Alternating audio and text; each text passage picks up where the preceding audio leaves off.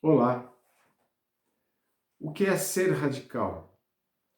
Bom, ser radical é você ter uma grande convicção sobre alguma coisa e absolutamente entrar de cabeça, fazer aquilo de uma forma muito dedicada. Talvez você pense aí num esporte radical, quando a gente fala de radical, ser radical, assumir determinadas posições, ou na política, ou em outras questões. Mas será que todo radicalismo é bom? Será que radicalismo, de alguma forma, é uma coisa boa? Enfim, a gente precisa pensar um pouco sobre isso, se vale a pena ter uma vida radical, uma vida marcada pelo radicalismo. Nós temos visto aqui o plano de Deus na carta de Paulo aos Romanos.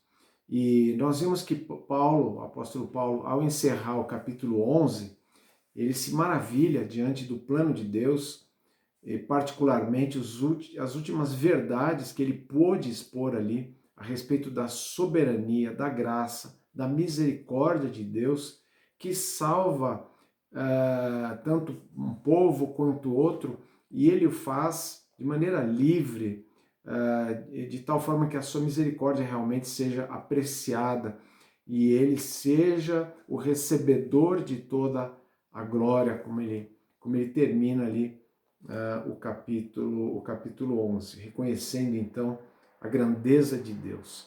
E é nesse sentido que agora então ele vai, a partir do capítulo 12, trazer algum desenvolvimento disso, ou seja, as aplicações disso na vida prática. E começa falando sobre esse radicalismo, o radicalismo que é esperado daquele que tem fé em Jesus Cristo, daquele que é justificado através da fé em Jesus Cristo.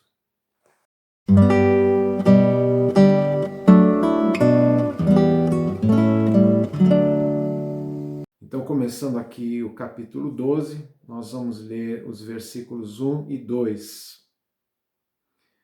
Portanto, irmãos, rogo-lhes pelas misericórdias de Deus que se ofereçam em sacrifício vivo, santo e agradável a Deus.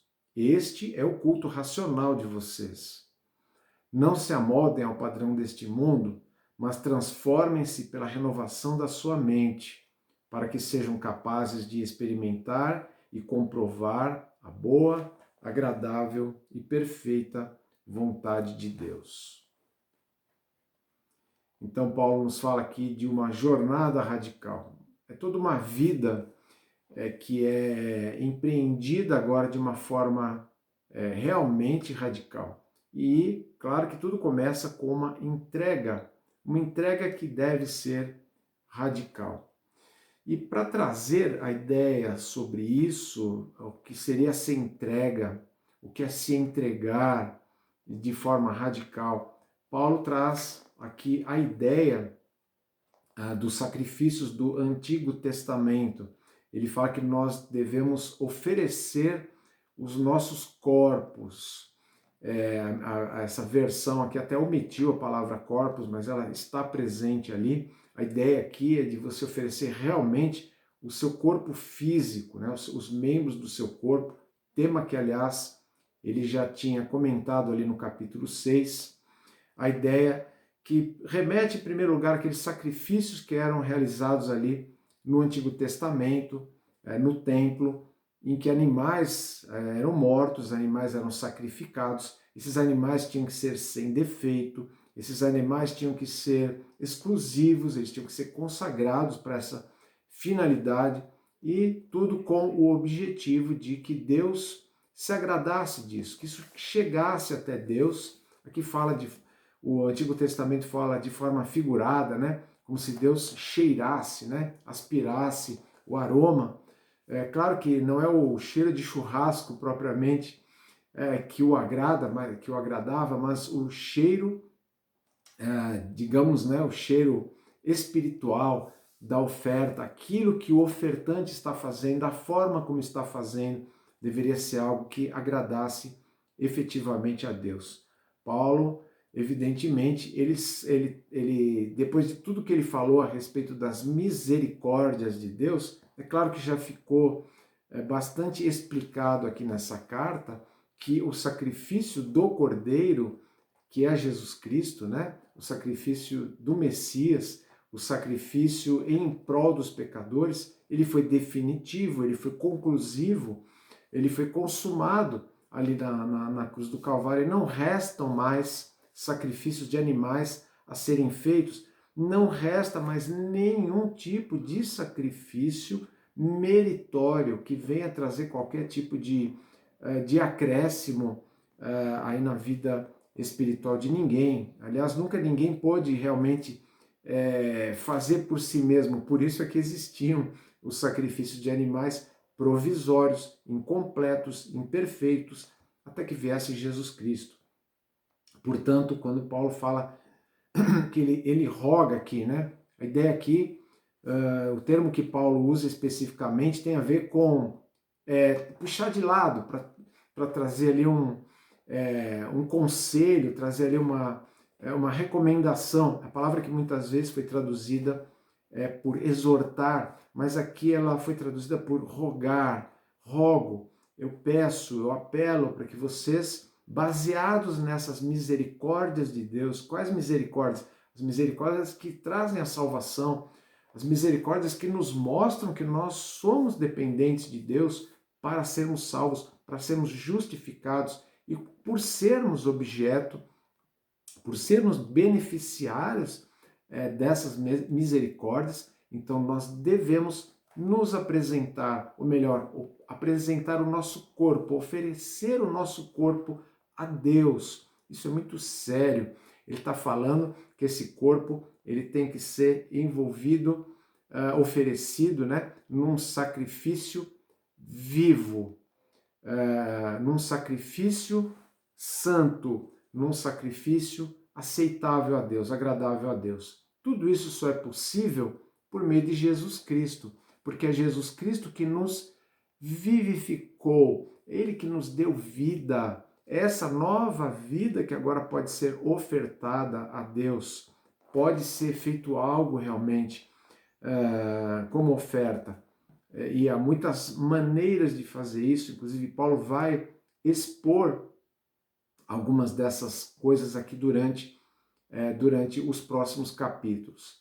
Além disso, esse sacrifício, ele é um sacrifício santo, ele é um sacrifício separado. Por quê? Porque é Jesus Cristo que nos propõe a santificação, é Ele que nos santifica, é Ele que nos possibilita oferecermos os nossos corpos a Deus dessa maneira, em santificação. E é Ele que possibilita que tudo o que fazemos por meio dos nossos corpos e que seja para Deus, que seja uma oferta para Deus, seja aceitável a Ele. Se não for por meio de Jesus Cristo, evidentemente nada disso adiantaria. E Paulo, ele resume essa questão dizendo que esse é o nosso culto racional a Deus.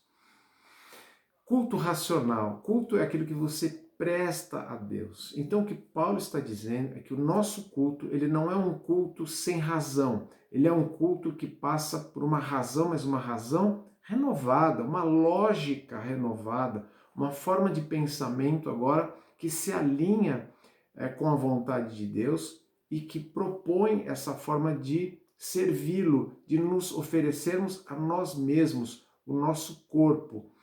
Isso é totalmente diferente de um culto que não seja racional, um culto baseado em momentos, um culto baseado em emocionalismo ou em ritualismo, em clericalismo, todos esses ismos que, na verdade, eles tiram o foco daquilo que é verdadeiro. O que Paulo está falando é que no dia a dia, no viver diário, aquilo que nós fazemos com o nosso corpo, ou seja, aquilo que nós vemos, para onde nós olhamos, aquilo que nós falamos, ao que as nossas mãos fazem, onde os nossos pés nos levam, tudo que é feito com o nosso corpo, agora é algo que é tido como uma maneira de prestar culto a Deus. Em outras palavras, a nossa vida diária, nossa vida desde que nós levantamos, como nos relacionamos, como agimos, como pensamos, como falamos, tudo isso Paulo classifica de que deve ser, por causa das misericórdias de Deus, como gratidão, como oferta de gratidão, algo em que nós nos prostramos e oferecemos a nossa vida, oferecemos o nosso ser, os nossos membros para Ele. É claro que isso não exclui, Paulo não está excluindo de maneira nenhuma o culto onde é prestado ali, é prestado culto a Deus em reunião com os irmãos, onde congregados nós oramos juntos, nós estudamos a palavra de Deus, nós cantamos, nós temos comunhão uns com os outros. Paulo não está excluindo isso, esse momento de culto coletivo. Aliás, se nós formos entender a ideia que está clara e que está envolvida em tudo isso, nós vamos compreender que o verdadeiro culto a Deus, ele é um ciclo que ele se completa em um culto coletivo e é o culto do dia a dia. O dia a dia vai me proporcionando chegar naquele dia em que nos reunimos e agradecer a Deus por essa vida e adorá-lo por causa de tudo isso, e ao mesmo tempo me alimentar novamente da sua palavra, me alimentar da comunhão, orar junto com os irmãos e partir para mais uma semana, para mais outro dia, em que tudo isso é colocado na prática, nas ações diárias, em que o meu corpo é oferecido de tal maneira em que presto assim um serviço a Deus, um culto a Deus. Isso é uma entrega radical, uma oferta radical. O culto vazio, o culto baseado em coisas exteriores, muito recheado de uma série de elementos que podem conter ali todo um ambiente, toda uma esfera, vestimentas especiais, enfeites, toda uma ambientação. Não estou dizendo que é errado você ter um ambiente próprio para o culto, o ambiente tem que ser próprio para o culto, mas é que às vezes se coloca tantos acessórios e tantas coisas que se favorece, acaba se favorecendo as pessoas se apegarem ao exterior, as pessoas se esquecerem daquilo que é mais importante, que a ideia de culto a Deus ela é uma ideia contínua, ela é permanente. O meu culto ele não é baseado em momentos. Existe um momento para o culto coletivo, mas existe o dia a dia também, e isso é necessário. Caso contrário, não é para Deus que a gente está fazendo. O culto verdadeiro é um culto racional, ele é inteligente, ele é uma resposta objetiva, uma resposta às misericórdias de Deus que são derramadas na nossa vida através de Jesus Cristo. Além disso, não é apenas uma entrega radical, mas também uma transformação radical. Por quê? Porque essa dinâmica ela é uma dinâmica que tem a ver com algo que cresce, algo que se desenvolve, algo que é permanente, algo que resulta em mudanças e que traz mudanças a cada dia. Paulo usa aqui a ideia de um molde. Ele diz, não se amoldem, aqui no versículo 2, né? Não se amoldem ao padrão deste mundo. Aqui, a ideia de mundo aqui não é propriamente aquela ideia do mundo, o mundo cosmos, né? Como muitas vezes é a palavra que tem ali, né? Mas a ideia aqui era, né? A ideia de esta época. Que época? Esta época antes da época que virá. Então, estamos num tempo, digamos assim, né? Numa era, ou no século, né? Como muitas vezes também é traduzido. Toda esta era é uma era caracterizada por aquilo que é finito, aquilo que é transitório, aquilo que é imperfeito, aquilo que se desvanece, é efêmero, né? Aquilo que não é eterno, aquilo que não é aonde vamos passar a eternidade. Portanto, os valores que dizem respeito a esta era, a gente pode dizer este mundo nesse sentido também, mas vamos usar era, né? Esta era presente, esta realidade presente em que a gente está, todos os valores, os conceitos que existem e em consequência disso, os apegos, os afetos que se desenvolvem, eles estão relacionados com essa finitude, né? Tudo é passageiro, tudo que está aqui é de certa forma enganoso, porque está mesclado com tudo aquilo que o mundo produz, tudo aquilo que tem sido produzido pelos homens, tudo aquilo que o próprio diabo tem produzido, coisas ruins no mundo, né? As influências, né? Jesus mesmo se referiu ao príncipe deste mundo, essa influência que existe, todas as ideias, os conceitos, os modismos, a maneira como a cultura é influenciada, o pensamento em geral, as filosofias, tudo isso forma um molde. Um molde que, na verdade, não é um molde único, né? Ele tem cada cultura, cada lugar. Muitas vezes você tem um molde familiar, certas tradições, certas regiões tem os seus folclores, tem as suas manifestações ali, mas o fato é que tudo isso, se você tomar num conjunto, é aquilo que Paulo está chamando de este molde. Não se amolde, não se deixe modelar por estas coisas. Não se deixe modelar, não deixe a sua mente presa, não fique aprisionado, não fique refém de tudo isso. Não se deixe levar pela onda. A gente diria no popular, não seja Maria vai com as outras, né? Não seja uma pessoa que apenas está sendo influenciada, está recebendo e está absorvendo tudo isso e está vestindo esse molde. Paulo diz, não façam isso. Não se apeguem a isso. Ao invés disso, sejam diferentes. E para isso vocês precisam ser transformados. Ele usa aqui a palavra metamorfose, que nós temos a familiaridade, até a associação clássica ali com a ideia da borboleta, né? Que sofre essa metamorfose. Parece que é um bicho que vira outro bicho, né?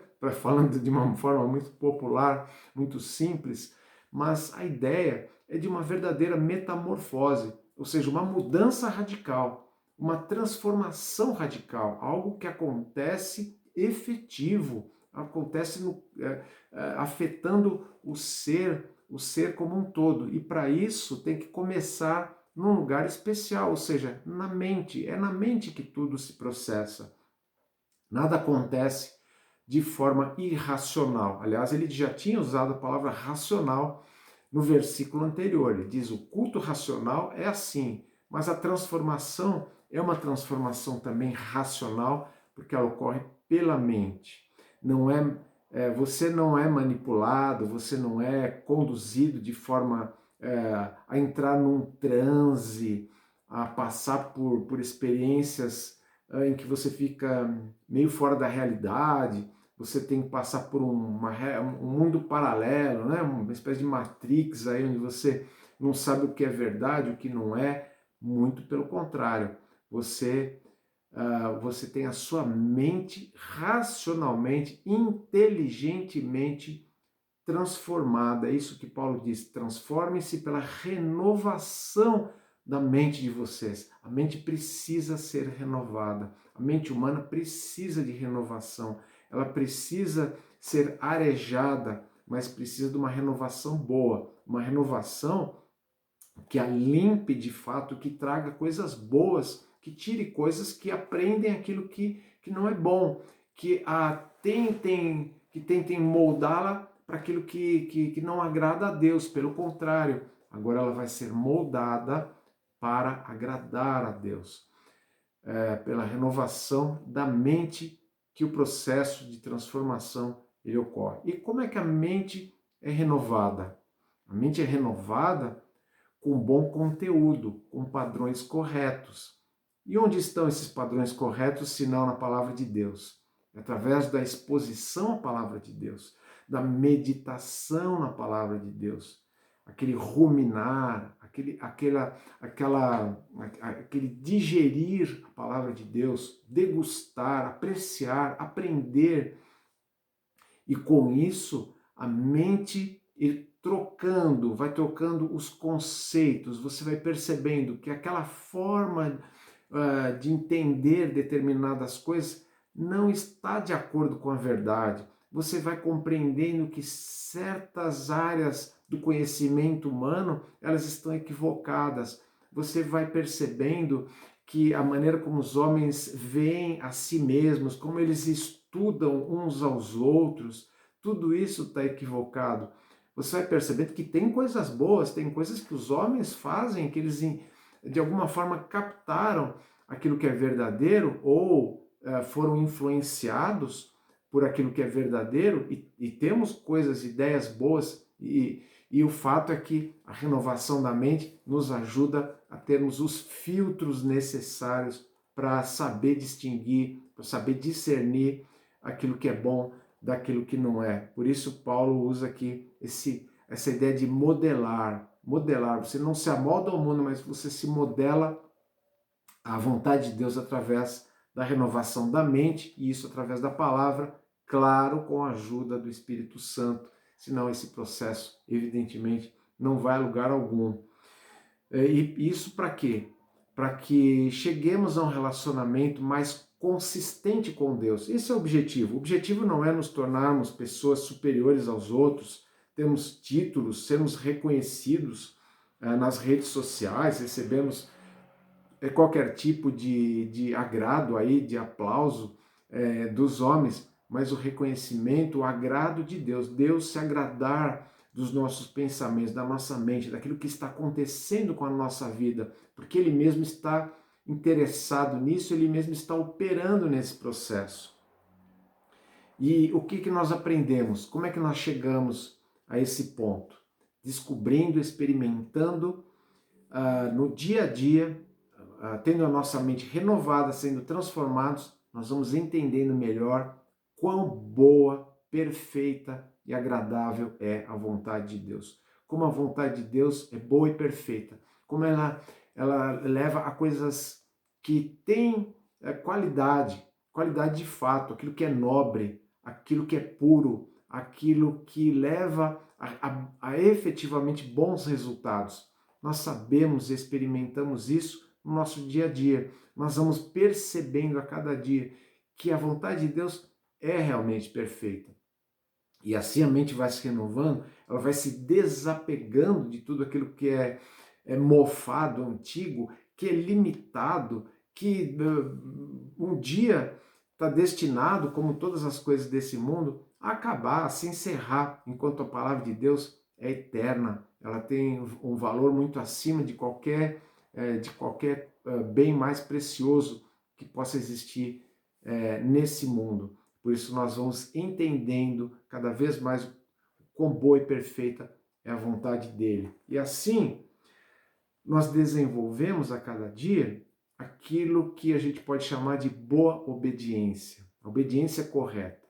Porque eu vou fazer aquilo que eu sei que é o melhor. E isso é a verdadeira liberdade.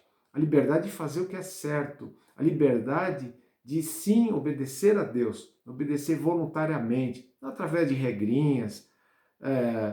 E para dizer bem a verdade, é muito cômodo, né? A ideia vou trazer uma outra figura aqui, a figura do camaleão, né? O camaleão, ele muda de cor, né?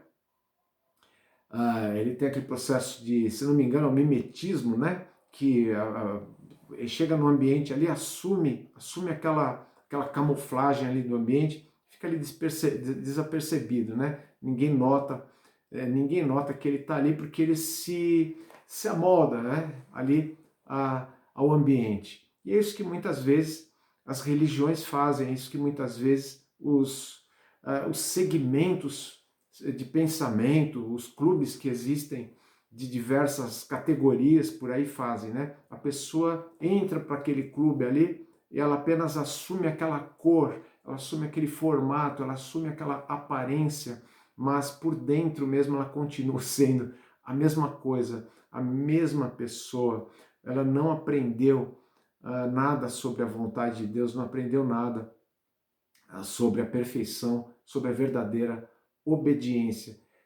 E continua sendo escrava, né? A liberdade tá longe da sua vida. Essa transformação radical, na verdade, nunca passou por perto.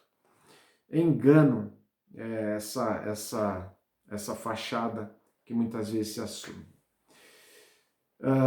Bem, o que Paulo fala aqui é de uma jornada de vida que é radical. Ela é uma entrega radical, ela é uma transformação radical. Vamos ser radicais. Eu creio que ser radical, a ideia radical, a palavra radical tem a ver com raiz, né? Aquilo que está enraizado, né? Vamos ser radicais naquilo que realmente devemos ser. Tem muita gente que gosta de bater no peito aí e assumir uma série de posições, mas devemos ser radicais naquilo que a palavra de Deus nos diz que devemos ser. E é bom ser radical quando isso vem de Deus, quando nos voltamos para Ele. Se você é beneficiário das misericórdias de Deus, é alguém justificado por Ele, o que você deve fazer? Você deve dedicar sua vida em devoção a Ele, dedicar o seu corpo, dedicar as suas palavras, dedicar o seu olhar, dedicar o que você faz com as mãos, dedicar os seus pés para onde os teus pés te levam, dedicar tudo isso, todo o teu corpo a Deus. Entregue-o em um sacrifício, um sacrifício santo, um sacrifício consagrado a Deus, um sacrifício que o agrade de fato. E se você é essa pessoa justificada, essa pessoa beneficiária das misericórdias de Deus, saia desse molde, esse molde que nos impõe conceitos, valores, apegos, e deixe-se modelar pela vontade de Deus, pela palavra dele. Deixe-se transformar e seja transformado. Empenhe-se nisso. Veja que nada aqui é automático, nada acontece automaticamente. Tem coisas que Deus está produzindo, Ele está fazendo isso. Nós vimos lá no capítulo 8 que aquele que é justificado, ele também foi predestinado, não só para ser justificado, mas para chegar aonde Deus projetou que ele deve chegar, ou seja, a glória final.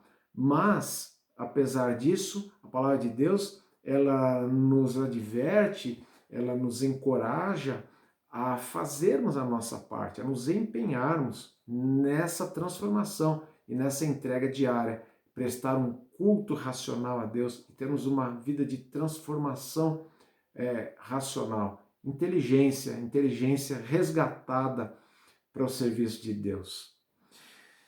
Se você não conhece a justificação, você, portanto, não é um beneficiário das misericórdias de Deus. Você precisa entender isso, você precisa entender o que é ser salvo, o que é ser justificado através da fé em Jesus Cristo. E, mais uma vez, eu recomendo que você retorne lá para as primeiras mensagens, desde a primeira, e principalmente indo até o capítulo 5, que foi abordado. A gente tem aqui abordagens, hoje estamos no capítulo 12, mas principalmente até o capítulo 5, onde a justificação ela é tratada com mais, vamos dizer assim, com mais atenção para que se entenda a parte principal desse plano aí, o que envolve realmente a pessoa ser salva, ser justificada através da fé em Jesus Cristo. E assim você se tornar também um beneficiário e, claro, adquirir essa responsabilidade de uma vida radical, mas radical no bom sentido. Na próxima semana, Paulo ele vai desenvolver um pouco mais os desdobramentos disso. Aliás, nas próximas semanas, nós vamos ver como esse radicalismo, ele afeta as diversas áreas, área dos relacionamentos, do serviço cristão, até em questão das autoridades, a gente vai ver todas essas coisas. Mas ele vai começar aí falando do fato de que Deus nos capacita, como ele nos capacita para que a gente possa servi-lo, para que a gente possa ser útil na sua obra. Falar um pouquinho de dons aí, de forma concisa, né? Não vai ser nenhum